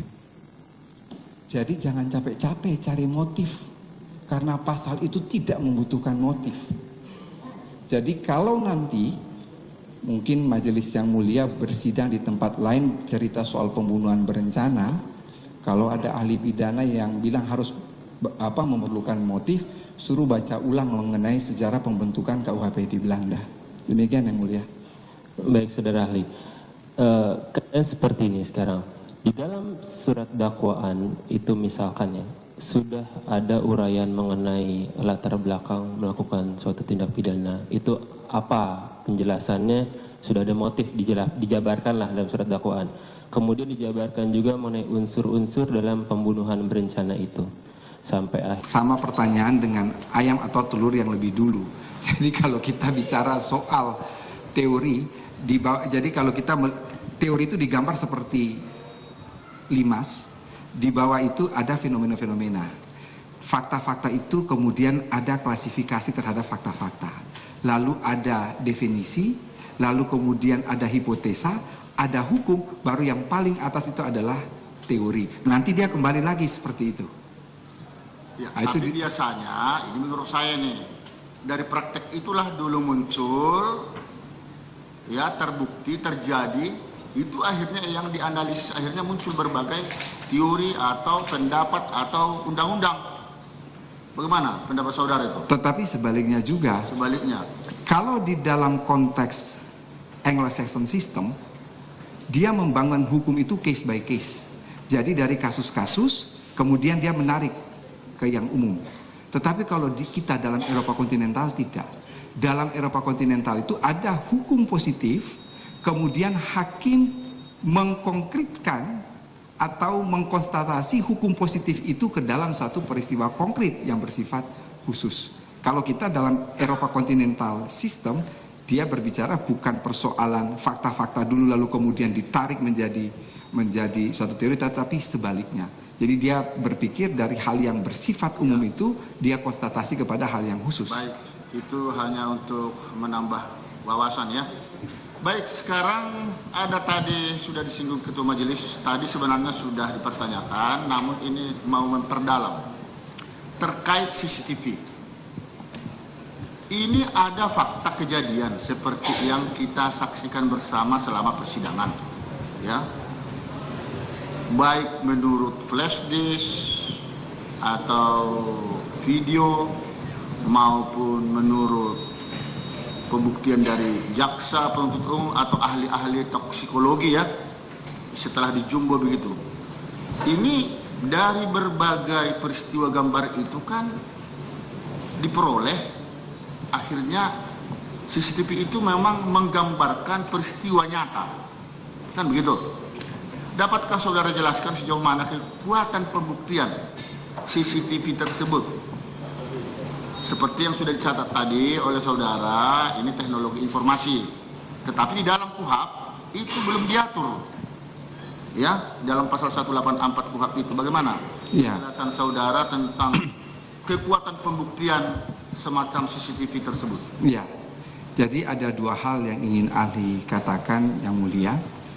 Yang pertama adalah tadi sebetulnya sudah ditanyakan oleh penuntut umum bahwa memang di dalam KUHP kita tidak mengatur mengenai alat bukti elektronik. Tetapi jika kita merujuk kepada Undang-Undang Informasi dan Transaksi Elektronik, keberadaan dokumen elektronik termasuk di dalamnya adalah rekaman CCTV dan lain sebagainya, dia masuk dalam konteks bukti elektronik. Itu yang pertama. Yang kedua, ketika bertanya mengenai bagaimana kekuatan pembuktiannya, selama CCTV itu tidak direkayasa, menampilkan apa adanya, maka boleh dikatakan dia memiliki kekuatan pembuktian yang penuh. Yang tadi ahli katakan sebagai suatu probatio plena atau bukti kuat yang tidak terbantahkan. Demikian Yang Mulia. Baik. Ini kembali kepada pasal 184 ayat 1 KUHP yang ada 5 alat bukti. Ya, keterangan saksi, keterangan ahli, surat, petunjuk, keterangan terdakwa. Jika salah satu alat bukti seperti katakan keterangan terdakwa atau salah satu yang lainnya, ya, itu tidak mengakui perbuatan-perbuatan yang sebagaimana disampaikan oleh alat-alat bukti atau keterangan saksi lain, ya, sejauh mana kekuatan pembuktian penolakan terdakwa atas perbuatan tersebut. Ya. Apakah ini masih nyambung nih? Apakah setelah dikaitkan dengan petunjuk dan alat bukti lain tadi, ini 1:4? Bagaimana sikap hakim di dalam mengambil keputusan seperti itu? Ya, Yang Mulia, ini ada dua hal yang ingin ahli jawab. Yang pertama, jangan lupa bahwa terdakwa itu punya hak ingkar. Terdakwa punya hak ingkar. Dia boleh mengingkari apapun yang dituduhkan, yang didakwakan kepadanya. Itu hak terdakwa, harus diakui.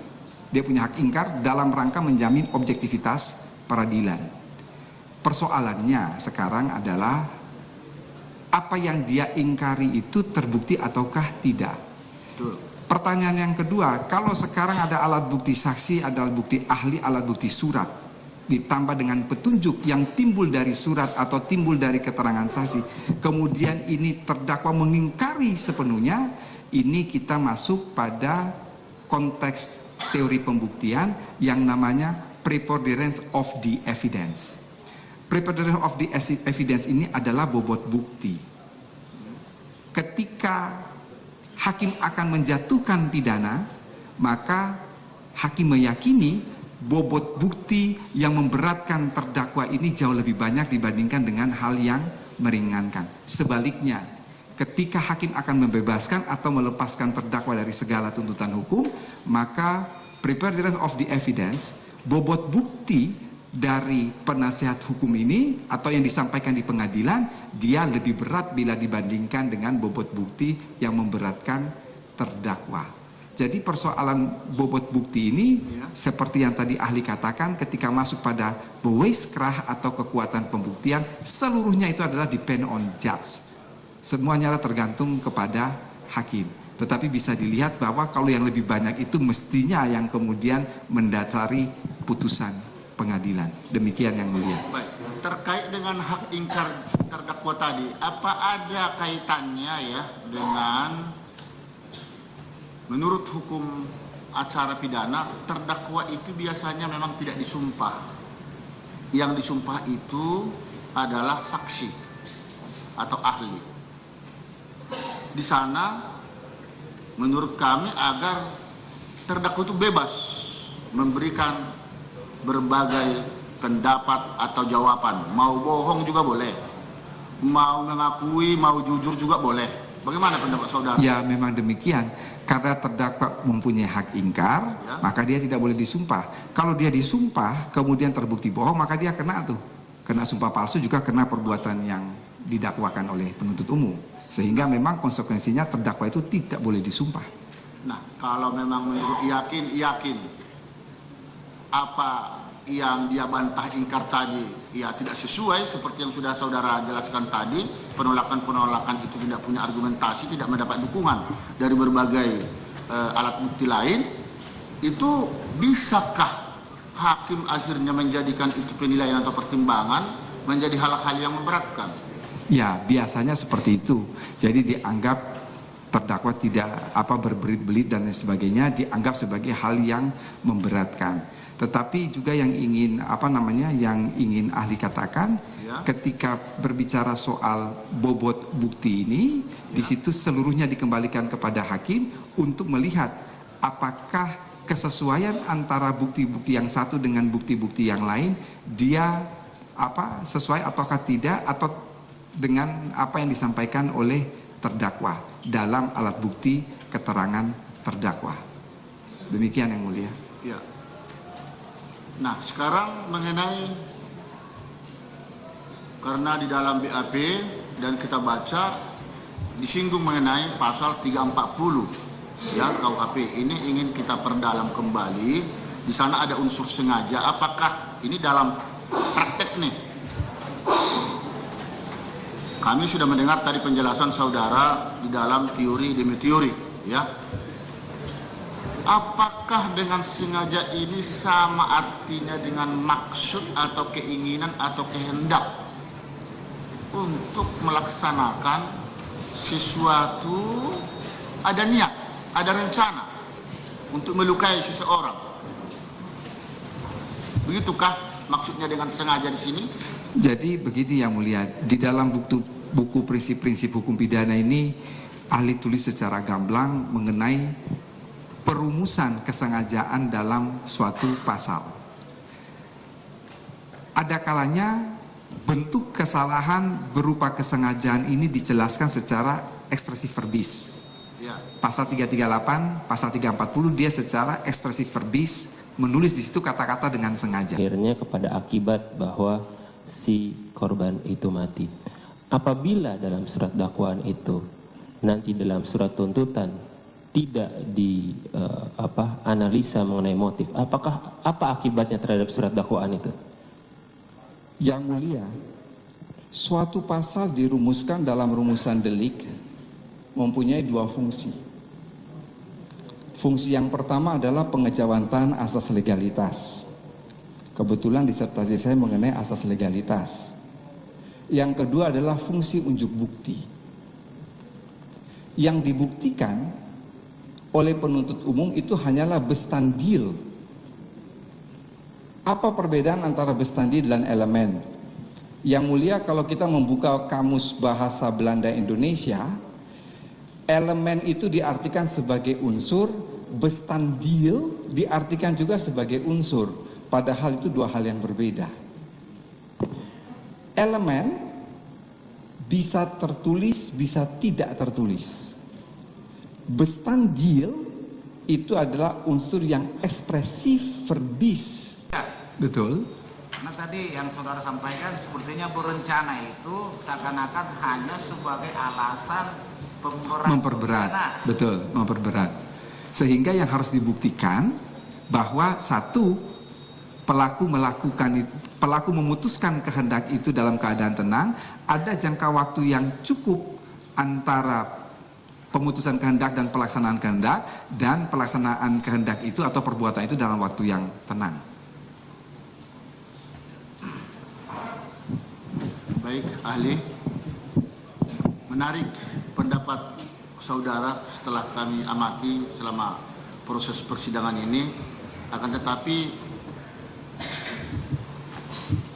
ada yang saya tidak sependapat. Seperti yang ahli katakan di dalam pasal 340 Kitab Undang-Undang Hukum Pidana itu tidak perlu ada motif, ya. Saudara bilang tadi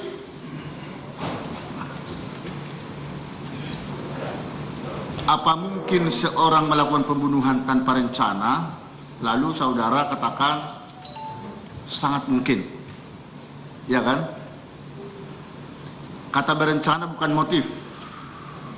Ini hanya untuk memberatkan. Lalu ada atau tidak ada motif tidak menutup kemungkinan seseorang menggunakan perencanaan yang matang. Bukankah sesuatu perencanaan itu tidak termasuk motif? Itu jawab dulu. Begini, tadi ahli sudah menjawab pertanyaan itu ketika kita berbicara dalam konteks yang disebut dengan istilah dolus premeditatus. Ya. Dolus premeditatus itu boleh dikatakan bahwa itu kesengajaan yang ditujukan kepada sebarang orang dan memang dia tanpa motif. Kata-kata di dalam konteks pasal 340 itu dia hanya mengatakan barang siapa dengan sengaja dan rencana terlebih dahulu. Jadi sengaja itu dia hanya membutuhkan witten and willen, sementara rencana itu yang tadi sudah ahli berkata menerangkan secara berulang-ulang, ada 3 syarat yang harus dipenuhi. Bahwa ada motif ataukah tidak, itu sesuatu hal yang berada di luar rumusan delik itu yang harus dibuktikan, Yang Mulia. Tapi itu terlalu teori legalistik formal. Prakteknya, mungkinkah saya punya sahabat dengan seseorang tanpa ada sebab, kami tidak pernah bermusuhan, tiba-tiba terjadi baku hantam, bahkan sampai pembunuhan? Kan tidak mungkin. Tanpa ada api, tidak mungkin ada asap. Begitulah kurang lebih. Ini praktek ini, bukan teori. Apa masih tetap saudara bertahan dengan teori saudara itu? Itu teori yang memang dikenal seperti itu. Tapi dalam prakteknya kan beda.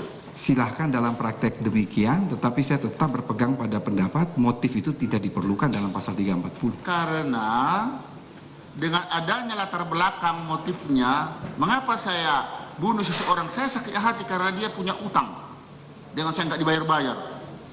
Itu yang menyebabkan, dan itu akan mempersempit atau akan lebih membuat hakim itu lebih dekat apa yang menjadi alasan terjadinya tindak pidana itu. Itulah dalam praktek yang kami lakukan. Bagaimana pendapat saudara itu? Saya tetap berpendapat bahwa yang kita anut adalah deskriptif normatif. Ketika perbuatan pembunuhan itu sudah terjadi, maka tidak perlu menyelidiki apa latar belakang dia melakukan pembunuhan. Kalau toh itu mau diselidiki, maka bukan merupakan bagian dari unsur delik, tetapi sebagai yang tadi ahli sudah katakan, sebagai hal yang memperingan atau memperberat hukuman terhadap terdakwa. Demikian, Yang Mulia. Jadi motif-motif tadi bisa menjadi hal-hal yang memberatkan atau ya, meringankan atau memberatkan. Itu menurut saudara ya? Iya. Karena pendapat ahli tidak selalu juga diterima sepenuhnya oleh majelis. Betul, ya? Yang Mulia. Tetapi sejauh mana bisa diterima, nah ini luar biasa. Makanya kami apresiasi sebenarnya pendapat saudara tadi bagus semua, ya. Tapi ada hal-hal yang tidak sependapat itu tadi. Lalu saudara bilang tadi di Indonesia menganut pembuktian terbalik, ya. Itu benar memang menurut pasal 183 KUHP, ya. 2 alat bukti yang sah dan hakim yakin akan perbuatan terdakwa itu, maka disitulah hakim akan menjatuhkan pidana kesalahan daripada terdakwa. Jelaskan dulu sejauh mana sih keyakinan hakim di dalam menjatuhkan kesalahan si terdakwa itu, seperti yang di dalam ketentuan ini diberikan oleh undang-undang, ya, dalam kebebasannya menyatakan terdakwa itu bersalah atau tidak. Ya. Yang Mulia, dalam konteks negatif betelak bewis teori di mana hakim menjatuhkan putusan didasarkan pada minimum 2 alat bukti dan keyakinan, ini memang persoalan pembuktian yang tidak mudah. Mengapa tidak mudah? Karena ada unsur objektif dan unsur subjektif. Ketika berbicara mengenai unsur objektif, maka kita masuk pada wilayah minimum bukti. Sementara ketika berbicara mengenai keyakinan hakim, itu tidak lain dan tidak bukan adalah hal yang sangat subjektif. Apakah hakim dalam memperoleh keyakinan itu, dia mengambil berdasarkan petunjuk sebagai accessory evidence yang timbul dari kesaksian, dari keterangan terdakwa, ataukah dari surat, itu semua dikembalikan kepada hakim. Oleh karena itu yang mulia, kalau kita berbicara mengenai 5 alat bukti, tidak pernah dalam berita acara sidang itu ada, kan pasti kalau berita acara sidang ada dakwaan, kemudian pembuktian itu ada keterangan saksi, keterangan ahli, surat, keterangan terdakwa. Tidak pernah ada petunjuk. Tidak pernah kan dalam berita acara bilang petunjuk begini. Karena petunjuk itu sesuatu hal yang sangat personal dari hakim. Dan itu memang biasanya tidak diungkapkan. Ini sedikit bertanya kepada urusan pembuktian teori. Mana sih lebih kuat pembuktian teori atau pendapat daripada praktek fakta yang sesungguhnya terjadi? Maksudnya yang mulia saya... Ini kan banyak sekali nih alat-alat bukti termasuk ahli ya, pendapat-pendapatnya. Sementara ada juga alat bukti saksi fakta. Menurut saudara mana yang lebih kuat pembuktiannya itu? Begini, di dalam konteks teori pembuktian, tadi ahli katakan ada yang dikenal dengan istilah probative evidence. Ya. Probative evidence itu fakta-fakta dari suatu peristiwa hukum yang kemudian menjadi perbuatan pidana, ya, sepanjang fakta-fakta itu bersesuaian antara satu dengan yang lain, maka dia mempunyai kekuatan pembuktian yang sama. Jadi kita juga mengenal di dalam teori pembuktian yang namanya corroborating evidence. Corroborating evidence itu adalah bukti yang satu memperkuat bukti yang lain, atau fakta memperkuat bukti yang satu, atau bukti yang satu memperkuat fakta yang ada. Artinya apa? Antara satu dengan yang lain itu ada suatu kesesuaian. Jadi, maaf, antara fakta jika bersesuaian dengan pendapat-pendapat ahli atau teori tadi, itu akan sama-sama kekuatan pembuktiannya, begitu? Betul, yang mulia. Demikian ya. Baik. Kalau begitu menurut ahli mana lebih dahulu timbul praktek daripada teori? Kalau itu kita berbicara itu, maaf, perbuatan pidana secara singkat itu didefinisikan sebagai suatu perbuatan yang dilarang atau perbuatan yang diperintahkan disertai dengan ancaman pidana bagi yang melanggar atau tidak melaksanakan perintah. Dari definisi perbuatan pidana itu apakah termasuk juga atau mencakup mengenai pertanggungjawaban pidana? Hukum pidana Indonesia tidak menyatukan antara perbuatan pidana dan pertanggungjawaban pidana. Kita mengenal paham dualistis dan bukan paham monistis, yang mana dalam paham dualistis di dalam definisi perbuatan pidana tidak meliputi pengertian atau definisi dari pertanggungjawaban pidana. Kalau memang seperti itu, apa definisi dari pertanggungjawaban pidana itu sendiri? Pada hakikatnya, pertanggungjawaban pidana adalah suatu keadaan yang dia merujuk pada 3 kemampuan. Kemampuan yang pertama, bahwa si pelaku itu menyadari perbuatan dan akibatnya. Kemampuan yang kedua, pelaku itu menyadari bahwa perbuatan tersebut bertentangan dengan ketertiban umum. Dan yang ketiga, ketika pelaku melakukan perbuatan tersebut, dia berada dalam kebebasan kehendak. Dilihat dari sudut hukum pidana, maka timbullah pertanggungjawaban pidana. Dari definisi itu, apakah juga meliputi mengenai kesalahan? Kalau kita melihat definisi mengenai kesalahan secara singkat, diartikan sebagai pencelaan yang diberikan kepada seseorang atas perbuatan yang dia lakukan yang seharusnya bisa dihindari. Kesalahan adalah elemen utama dari pertanggungjawaban pidana. Tetapi kesalahan ini juga mempunyai beberapa pengertian.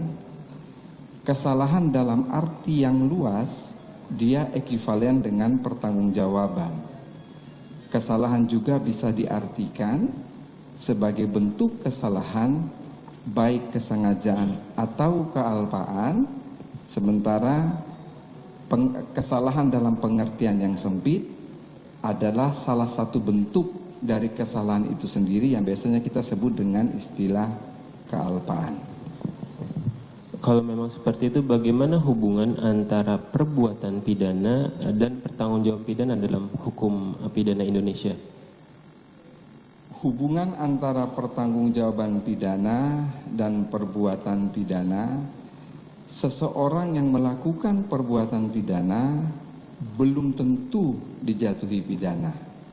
Masih dilihat apakah orang tersebut dapat ataukah tidak dimintakan pertanggungjawaban pidana. Namun tidak sebaliknya, ketika seseorang dapat dimintakan pertanggungjawaban pidana, maka sudah barang tentu dia melakukan perbuatan pidana, maka pada ujungnya dia akan dijatuhi pidana. Dari definisi tadi perbuatan pidana dan pertanggungjawaban pidana, apakah untuk menyatakan seseorang itu telah melakukan suatu perbuatan pidana dan orang itu mampu atau dapat mempertanggungjawabkan pidana tersebut sehingga dijatuhi pidana, motif seseorang menjadi suatu hal yang prinsip untuk dibuktikan? Majelis yang mulia, pertanyaan ini sebetulnya pernah diutarakan oleh penyidik ketika diperiksa. Tapi saya katakan beginilah, nanti ketika dalam persidangan saya akan menjelaskan ketika pertanyaan soal motif. Ada 5 hal yang ingin saya terangkan persoalan motif. Kalau kita membuka kamus bahasa Indonesia, motif itu berarti dorongan, latar belakang seseorang melakukan sesuatu. Sesudah motif, ada yang namanya kehendak atau kemauan untuk melakukan perbuatan tersebut. Artinya ada perbedaan antara kehendak, antara motif dan kehendak. Itu yang pertama. Yang kedua yang mulia, harus dipahami bahwa salah satu bentuk kesalahan itu adalah kesengajaan. Yang disyaratkan dalam kesengajaan itu adalah weiten, mengetahui, and willen, menghendaki. Sama sekali dia tidak memasukkan motif sebagai syarat dari kesengajaan. Kendati pun ada corak kesengajaan yang menghendaki motif. Yang ketiga yang mulia, yang ingin ahli jelaskan dari persoalan motif ini, hukum pidana Indonesia ini adalah anak kandung hukum pidana Belanda. Di dalam hukum pidana Belanda ada 2 teori mengenai kesalahan. Kesalahan yang pertama adalah kesalahan secara psikologis. Kesalahan yang kedua adalah kesalahan secara deskriptif normatif. Kesalahan psikologis ini penganutnya diajarkan antara lain oleh Simons, sementara kesalahan deskriptif normatif ini diajarkan oleh Pompe. Karena itu dia mengatakan kesalahan itu pada hakikatnya adalah normenvertreding. Normenvertreding itu adalah pelanggaran norma. Ketika hukum pidana ini dia masuk ke Indonesia, saya kira majelis yang mulia, penuntut umum maupun penasihat hukum, ketika kita belajar hukum pidana, kita mengenal satu nama yang namanya Mulyatno. Mengapa ini penting ahli kemukakan? Kebetulan saya dari Universitas Gadjah Mada, penasihat hukum lulusan UGM, ini penuntut umum mahasiswa saya juga lulusan UGM, jadi kita kawan seperguruan. Hanya saja harus memahami betul apa yang dikatakan oleh guru besar kita. Ketika itu diadopsi di Indonesia, yang mulia, Mulyatno melepaskan kesalahan secara psikologis. Yang digunakan adalah kesalahan secara normatif deskriptif. Ini pertama kali dikemukakan dalam pidato pengukuhan Mulyatno sebagai guru besar hukum pidana dalam upacara di Senatalis Universitas Gadjah Mada pada tanggal 19 Desember 1955. Dan sejak itu merubah praktek hukum di Indonesia maupun dari segi teoretik. Mengapa? Karena deskriptif normatif itu dia hanya ketika satu perbuatan memenuhi unsur delik dan perbuatan itu yang dimaksudkan oleh pembentuk undang-undang selesai. Deskriptif normatif meletakkan motif itu di luar persoalan perbuatan pidana. Mengapa Mulyatno mengemukakan ini yang mulia? Jangan lupa bahwa Mulyatno itu selain seorang guru besar hukum pidana, dia juga adalah jaksa agung muda. Sehingga pola pikir yang dikemukakan oleh Mulyatno, dia mempermudah dalam lapangan penuntutan. Apa yang dikemukakan oleh Mulyatno itu bukan sesuatu yang asal maunya Mulyatno, tetapi dia mengikuti yang tadi ahli katakan, mengikuti pendapat Pompe. Bahwa yang dianut adalah deskriptif normatif. Dan sejak itu dikemukakan yang mulia, dalam praktek pengadilan di Indonesia yang digunakan adalah deskriptif normatif.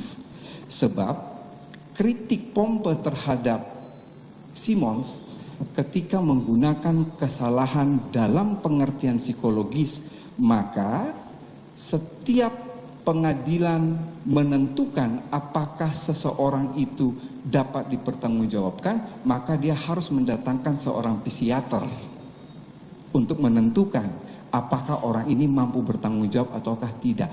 Itu dianggap terlalu rumit, sehingga digunakanlah deskriptif normatif.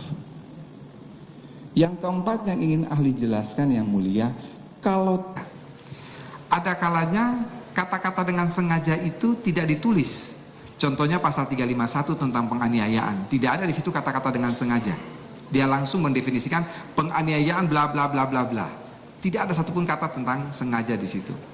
Lalu pertanyaan lebih lanjut yang mulia, bagaimana kalau suatu pasal itu dia tidak menyebutkan bentuk kesalahan? Di sini Simons menggunakan suatu doktrin yang itu diikuti oleh seluruh ahli hukum pidana, bahwa jika suatu pasal tidak menyebutkan bentuk kesalahan, maka pasal itu harus diartikan sebagai kesengajaan. Lalu apa bedanya antara rumusan delik yang secara tegas menyebutkan barang siapa dengan sengaja dan rumusan delik yang tidak menyebutkan kata-kata dengan sengaja? Bedanya itu ada pada lapangan penuntutan. Ketika ada kata-kata dengan sengaja, maka penuntut umum hukumnya wajib untuk membuktikan kesengajaan itu. Tetapi kalau tidak ada kata-kata dengan sengaja, maka penuntut umum tidak perlu membuktikan adanya kesengajaan. Begitu semua unsur delik terbukti, maka kesengajaan dianggap terbukti dengan sendirinya. Yang kedua yang mulia, tidak selamanya kata-kata dengan sengaja itu ditulis barang siapa dengan sengaja, tetapi menggunakan kata-kata yang lain. Tadi Ali sudah memberikan contoh pasal 378. Dia tidak menyebutkan barang siapa dengan sengaja, tapi barang siapa dengan maksud. Pasal 362, barang siapa mengambil barang sebagian atau seluruhnya kepunyaan orang lain dengan maksud dimiliki. Kata-kata dengan maksud itu dia menghendaki hanya kesengajaan sebagai maksud. Kesengajaan sebagai maksud itu apa? Berarti antara motif, kemudian perbuatan dan akibat benar-benar terwujud. Konteks pasal 340 yang hanya menyebutkan kata-kata dengan sengaja, itu dia sebetulnya hanya mensyaratkan weten and willen, mengetahui dan menghendaki. Tadi pertanyaan yang mulia di sebelah kanan Ketua Majelis sudah bertanya persoalan niat. Niat itu sebetulnya ada dalam kata-kata dengan sengaja, bukan dalam kata-kata berencana. Demikian yang mulia. Dengan sengaja tadi termasuk niat itu, apakah itu sudah termasuk di dalamnya ada satu perencanaan? Tidak. Karena dalam pasal 340 dikatakan barang siapa dengan sengaja dan berencana dan rencana terlebih dahulu. Jadi rencana itu tadi untuk menjelaskan 3 hal itu tadi. Baik, saudara bilang tadi perencanaan itu jangka waktunya masih ada. Betul. Tidak pada seketika Ya, itu. iya. Sejauh mana tenggang waktu perencanaan itu? Antara tengah waktu dengan apa yang mulia? Ya, melakukan sesuatu tindak pidana. Itu tidak ada satu ukuran yang pasti, tetapi yang penting bahwa antara pemutusan kehendak dan kemudian pelaksanaan kehendak itu ada jangka waktu yang bisa dipikirkan secara matang dalam pengertian bisa menghentikan perbuatan tersebut. Coba jelaskan dulu bagaimana tahapan namanya berencana ya. Pasti ada berbagai persiapan. Ulang sekali lagi. Berencana itu menuju pada 3 syarat. Syarat yang pertama, ada pemutusan kehendak dari pelaku secara tenang. Jadi dia memutuskan kehendak itu secara tenang, tidak tiba-tiba muncul begitu. Kemudian yang kedua, antara pemutusan kehendak dan pelaksanaan kehendak atau perbuatan ada jangka waktu yang cukup untuk dia memikirkan apakah ini kehendak mau diteruskan sebagai perbuatan ataukah tidak. Kemudian yang ketiga, perbuatan itu dilakukan atau pelaksanaan kehendak itu juga dilakukan dalam keadaan tenang. Baik. Apakah dalam perencanaan seperti tahapan tadi itu dapat dikualifikasi ada satu sistemik di sini atau terpola atau terencana? Kalau kita kembali kepada 3 syarat itu bersifat mutlak. Karena 3 syarat itu bersifat mutlak berarti dia bersifat terstruktur antara dengan tahap-tahap yang tadi ahli katakan. Boleh saudara contohkan tahapan terstruktur tadi?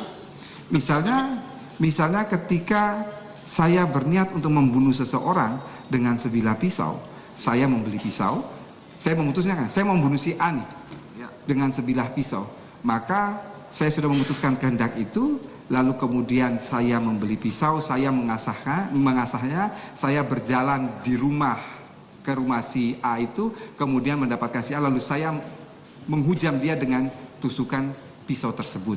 Ini termasuk dalam konteks berencana, karena dia memutuskan kehendak itu dalam keadaan tenang. Kemudian yang kedua, ada jangka waktu yang bisa untuk dia menghentikan perbuatan itu. Dan yang ketiga, dia melakukan itu juga pun dalam keadaan tenang. Demikian yang mulia. Gitu ya. Ya ini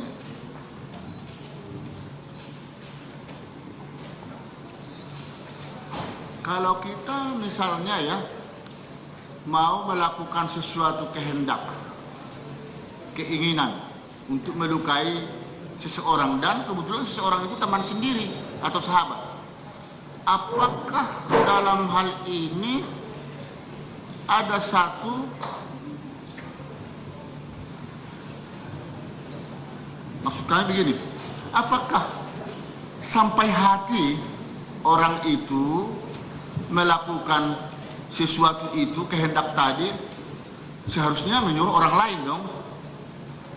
Nah ini bagaimana di sini menurut pendapat saudara, kalau kan tidak tertutup memang kemungkinan untuk melukai seseorang itu apakah orang lain atau yang tak kenal? Kan alat bukti yang sah.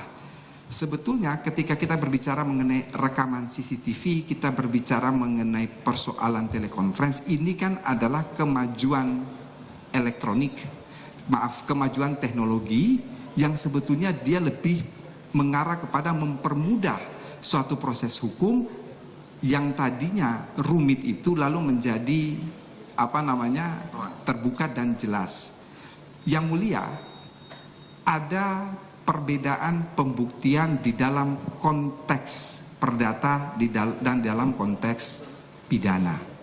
Kalau di dalam konteks perdata yang mulia, orang yang melakukan transaksi jual beli, orang yang melakukan hubungan hukum keperdataan, para pihak sedapat mungkin berusaha untuk mengadakan barang bukti, untuk mengadakan bukti. Maksudnya apa? Supaya jika terjadi dispute, terjadi sengketa di kemudian hari, masing-masing pihak datang membawa bukti untuk saling memperkuat. Ini berbeda dalam perkara pidana. Pelaku kejahatan itu semaksimal mungkin akan berusaha menghilangkan bukti. Oleh karena itu, dengan adanya kemajuan teknologi sebetulnya mencoba membuka kunci yang gelap dalam persoalan pembuktian itu menjadi sesuatu hal yang sebetulnya mempermudah pembuktian apabila itu memang sudah terlihat secara jelas, terang dan nyata.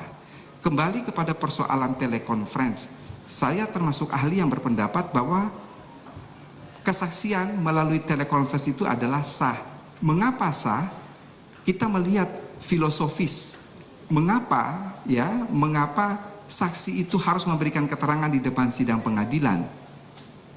Supaya hakim, penuntut umum, penasihat hukum bisa melakukan check and recheck. Pertanyaan selanjutnya, apakah melalui telekonferensi itu hakim, penuntut umum, penasihat hukum dapat melakukan check and recheck? Ketika itu dijawab ya, maka itu dia sah sebagai bukti. Kembali kepada persoalan CCTV, secara tegas memang tidak diatur. Tetapi kemudian tadi ahli katakan bisa dimasukkan ke dalam persoalan petunjuk. Mengapa demikian? Karena ranah pembuktian ini kan sebetulnya adalah sesuatu yang gelap di dalam konteks pembuktian pidana. Lalu ini harus membuat menjadi terang. Sehingga hal-hal yang bersifat rumit itu kemudian dicoba atau mencoba untuk mencari bagaimana untuk mengungkapkan kasus itu, ya tentunya dengan memanfaatkan kemajuan teknologi itu. Demikian yang mulia. Terima kasih ahli. Ketika saudara ingin membuat penafsiran tentang CCTV itu menjadi petunjuk, saya melihat saudara telah melunturkan suatu prinsip hukum yang saudara teguhkan tadi sebelum kita istirahat. Saudara justru mengatakan sebenarnya hukum acara itu nggak bisa dilenturkan. Bahkan ketika kita tanya tadi bahwa apakah illegal evidence itu bisa diabaikan atau tidak, Anda mengatakan